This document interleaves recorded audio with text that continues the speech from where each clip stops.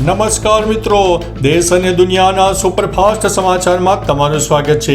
સુરત જિલ્લામાં રખડતા શ્વાનના હુમલાને કારણે વધુ એક માસૂમે જીવ ગુમાવ્યો છે। 6 વર્ષની બાળકીને ઘેરીને 3 શ્વાનોએ હુમલો કર્યો હતો। ભારતીય વાયુસેનાનું MiG-21 સુપરસોનિક ફાઇટર એરક્રાફ્ટ 62 વર્ષની સેવા બાદ હવે નિવૃત્ત થશે। અપાચે એટેક હેલિકોપ્ટરનો પહેલો જથ્થો અમેરિકાથી ભારત પહોંચ્યો છે। વાયુસેનાની હવે તાકાત વધશે। સ્પેશિયલ 26 સ્ટાઇલમાં લાખોની લૂંટ। પોલીસે 200 સીસીટીવી કેમેરા ખંડોળીને નકલી સીબીઆઈને ઝડપી લીધી છે, જેમાં ફેક સીબીઆઈની ટીમ સામે આવી છે। 3 આરોપીઓ દિલ્હીના વજીરાબાદમાં નકલી સીબીઆઈ અધિકારીઓ તરીકે રજૂ થઈને એક ઘરમાં ઘૂસી ગયા અને 3 લાખ લૂંટી લીધા। ત્રણેયની હરિદ્વારથી ધરપકડ કરવામાં આવી છે। છોટાઉદેપુરમાં કોટાલી ગ્રામ પંચાયતના મહિલા સભ્યની બહાદુરીને હવે તમે સલામ કરશો।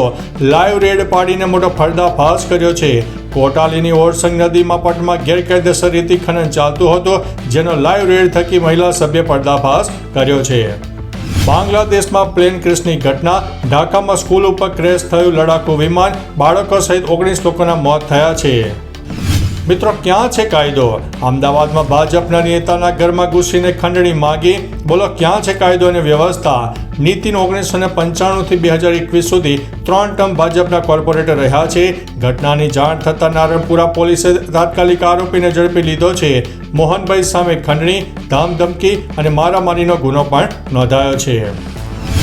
રાજ્યના 80 થી 85% વિસ્તારમાં ખૂબ જ સારા વરસાદની સંભાવના છે, જેમાં 3 ઇંચથી લઈને 5 ઇંચ જેટલો એવરેજ વરસાદ થઈ શકે છે।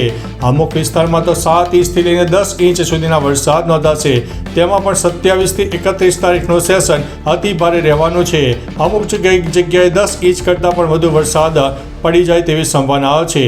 ઉપરાંત અતિવૃષ્ટિ જેવો માહોલ પણ સર્જાઈ શકે છે। ગંભીરા બ્રિજ દુર્ઘટનાના 1 અઠવાડિયામાં જ નવા બ્રિજની પ્રક્રિયા શરૂ કરવામાં આવી। 1 અઠવાડિયામાં વડોદરાના ગંભીરા બ્રિજનું ટેન્ડર બહાર પાડવામાં આવ્યું છે।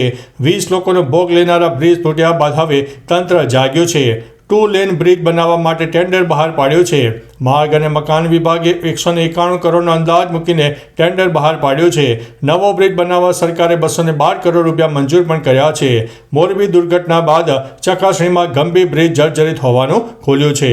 તો ચાલો મિત્રો, ફરીથી દેશ અને દુનિયાના સુપરફાસ્ટ સમાચાર લઈને મળતા રહીશું। ત્યાં સુધી અમને રજા આપશો। નમસ્તે।